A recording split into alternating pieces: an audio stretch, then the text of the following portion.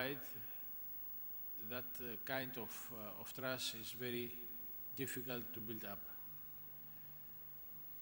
And then the infrastructure for businesses, although improved in recent years, is always put at risk. I mean, cooperation with R&D departments of universities, or cooperation with R&D departments of research centers, or collaboration between companies themselves, forming of clustering or something like that. It's not that easy than in other parts of Europe, either because the supremacy postulate is very, very well spread in Greek businesses. Secondly, because for years the law was favoring such kind of clustering, but under the condition that they will form a legal entity, and that is something that, from my view, is very obsolete. Neutrality of the leaders of the cluster were not granted. There was not a guarantee that the leaders would behave as neutral as should be, with the result that only one cluster in Greece is operating, this cluster Coralie, and with the exemption of this cluster, all other forms of, let's say, institutional cooperation have failed.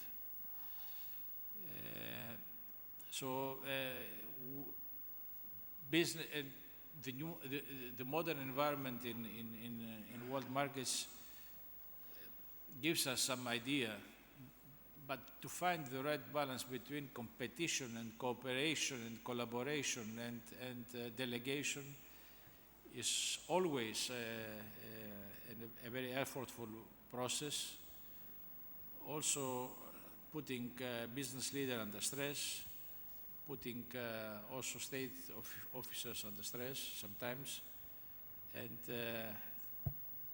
it is a story that we need much more time than in other European countries to develop and to unfold and to develop really successfully.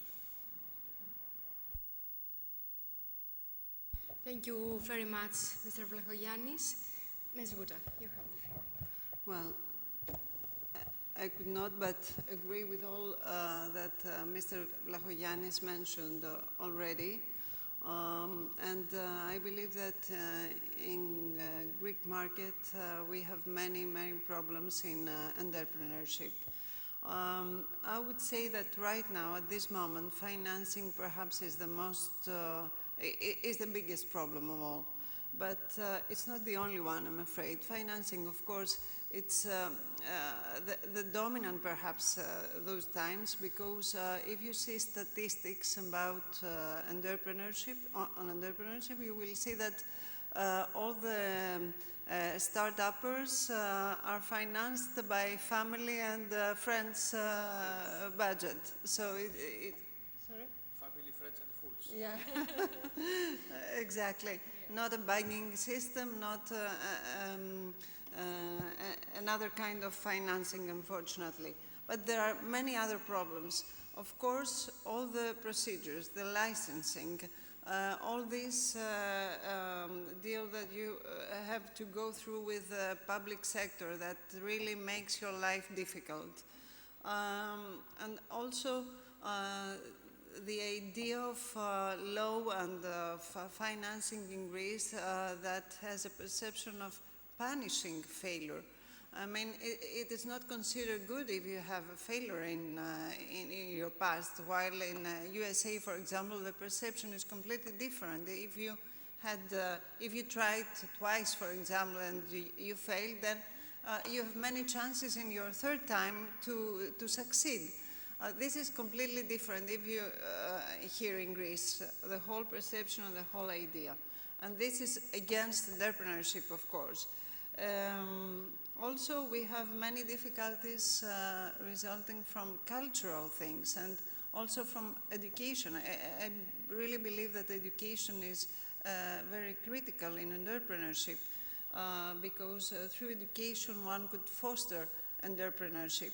I think that Greek society was trapped for many years in a family dream that was for the young boy or girl to become a scientist and to have a position in the public sector. And that was the Greek dream for many, many years, not to become an entrepreneur.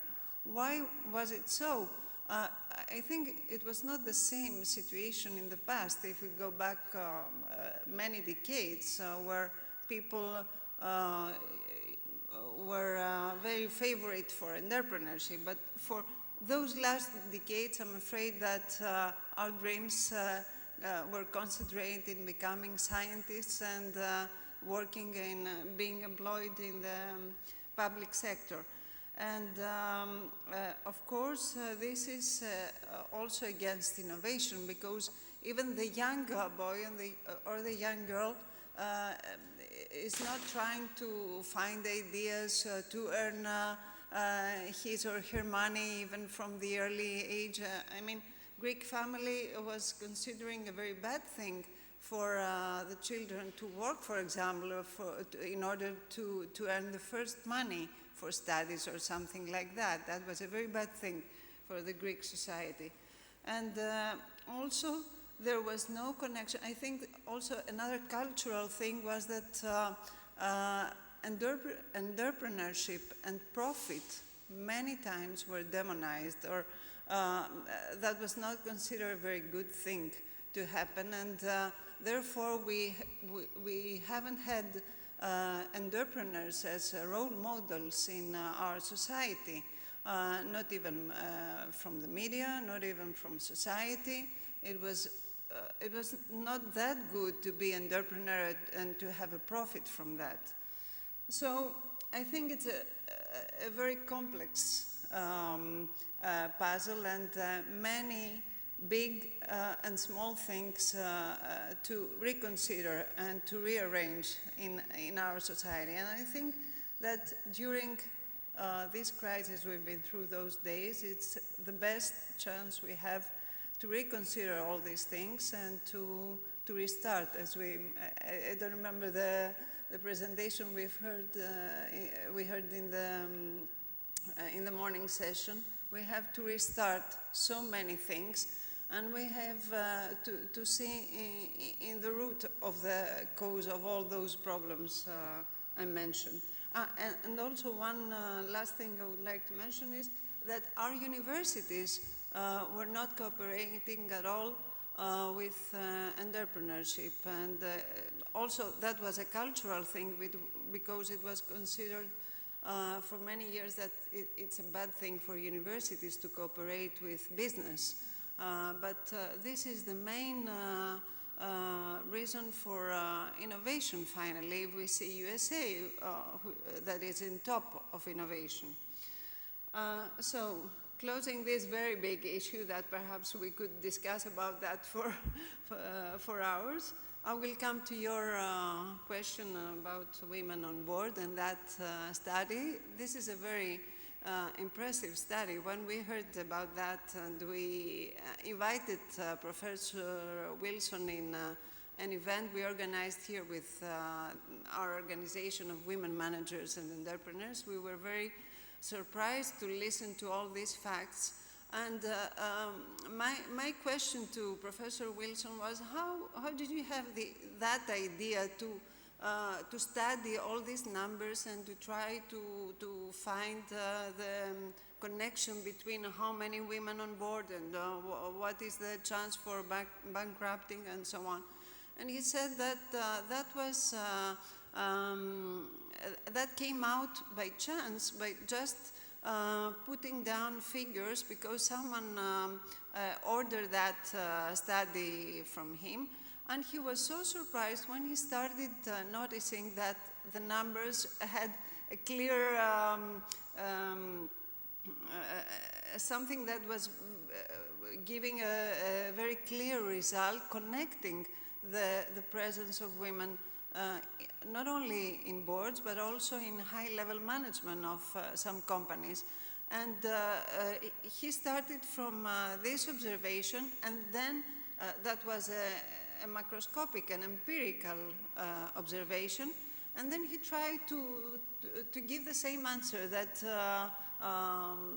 to your question, why does this happen? And he made some very good and very interesting points, like, for example, that women have a very different perception about risk, for example. So if you have women and men in the board, perhaps you take less risk, and this is very good because you take more wise decisions in your business decision. And that is why he mentioned sometime that if we didn't have the Lehman Brothers, but the Lehman Sisters, then we wouldn't go through the crisis. I guess perhaps you have heard of that statement. So there are many ideas that we may find to explain these facts that this study shows.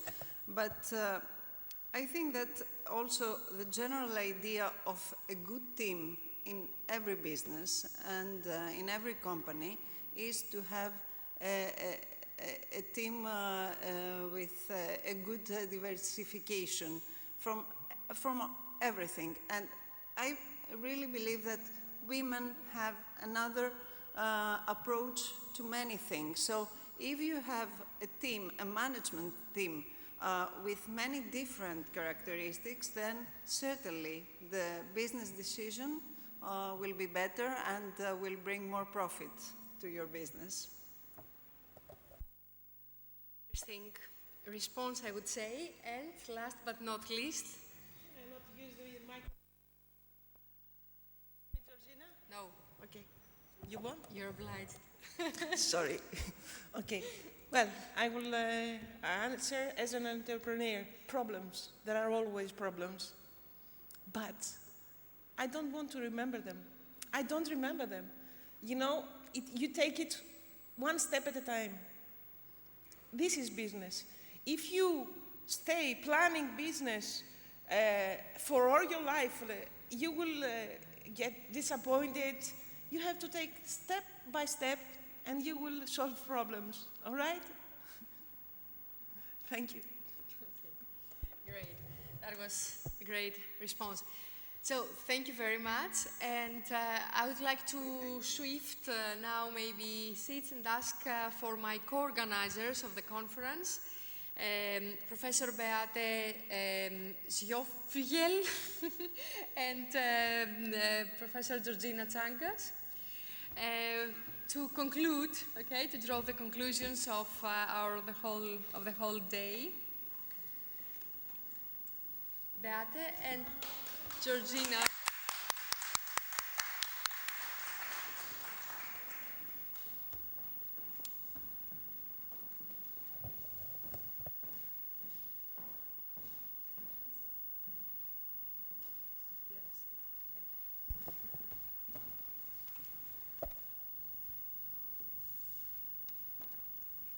Georgina, would you like to have the floor first? Yes, thank you.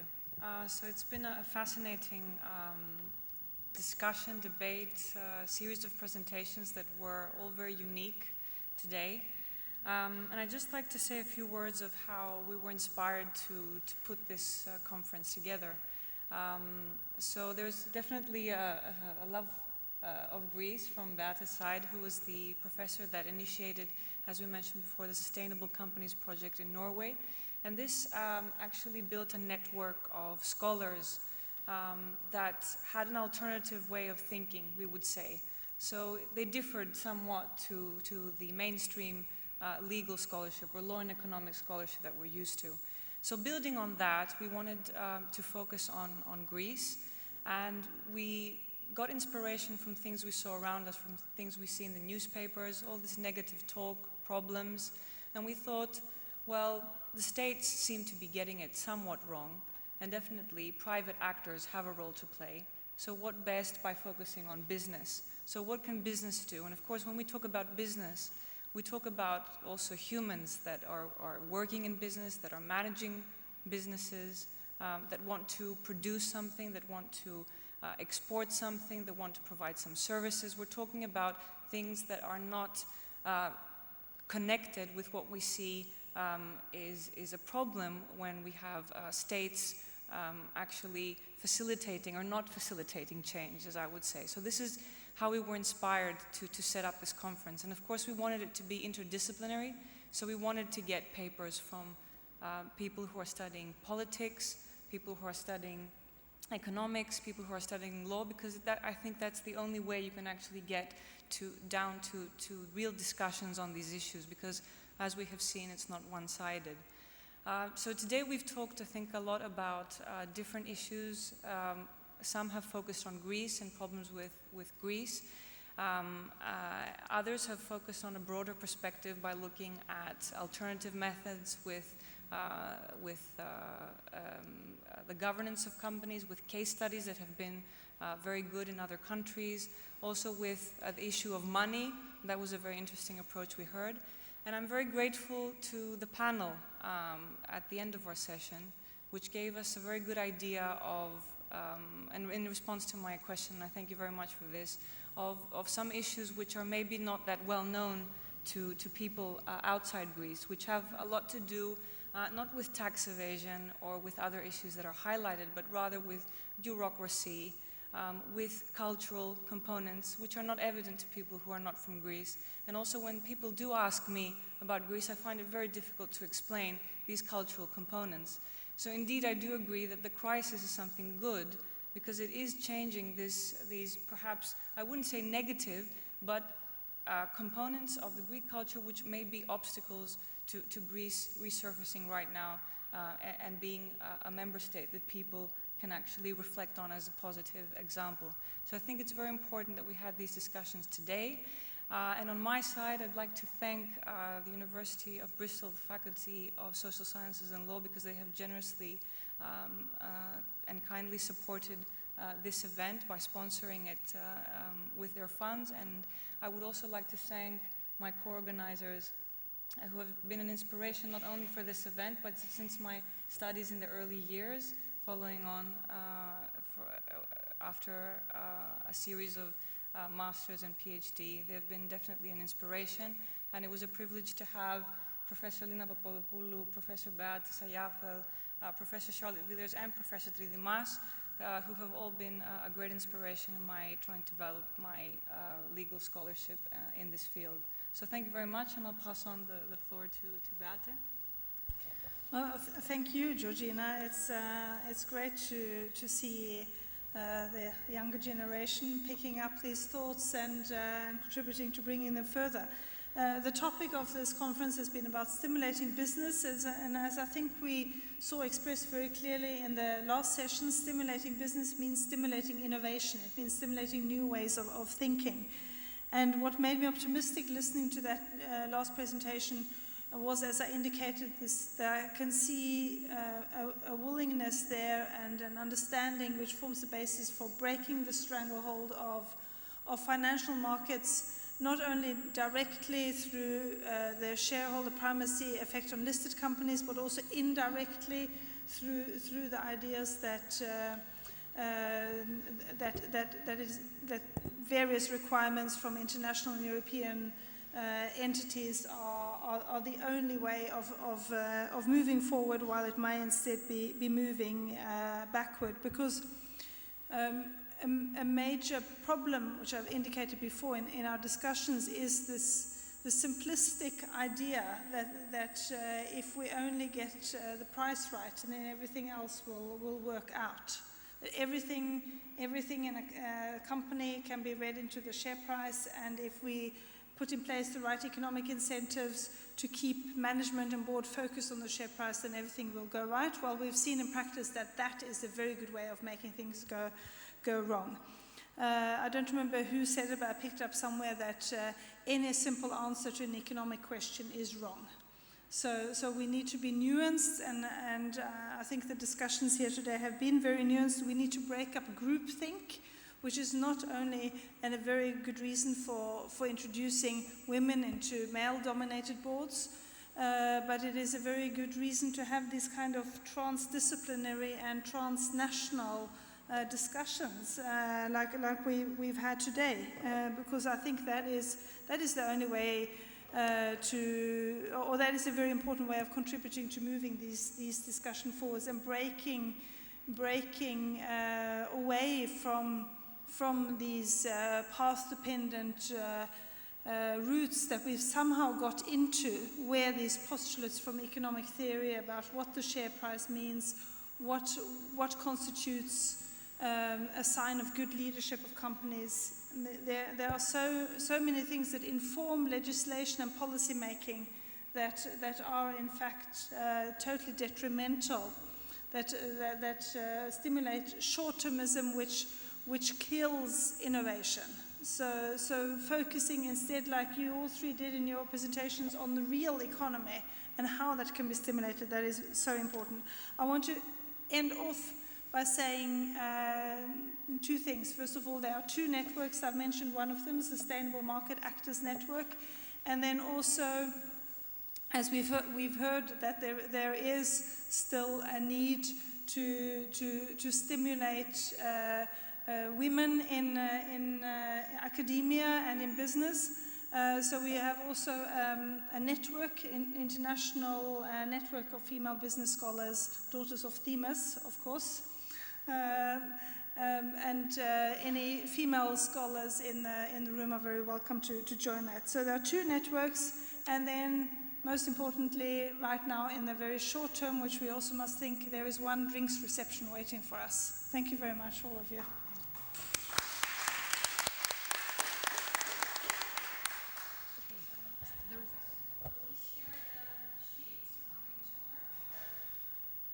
The papers. Yes, definitely. I think the slides are something that immediately can be distributed. And with the papers, because we're trying to see if we can get a very good output from this conference with the title Stimulating Business.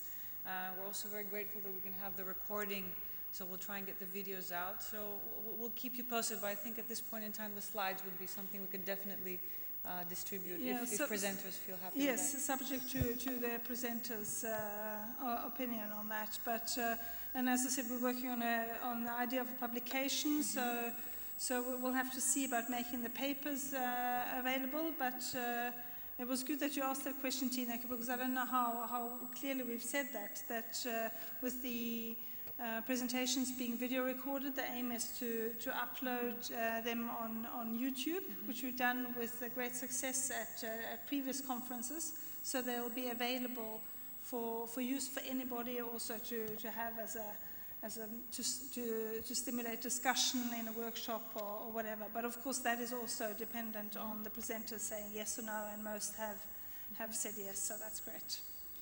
Yes, and maybe just to thank also the volunteers that helped today. We're very grateful for that.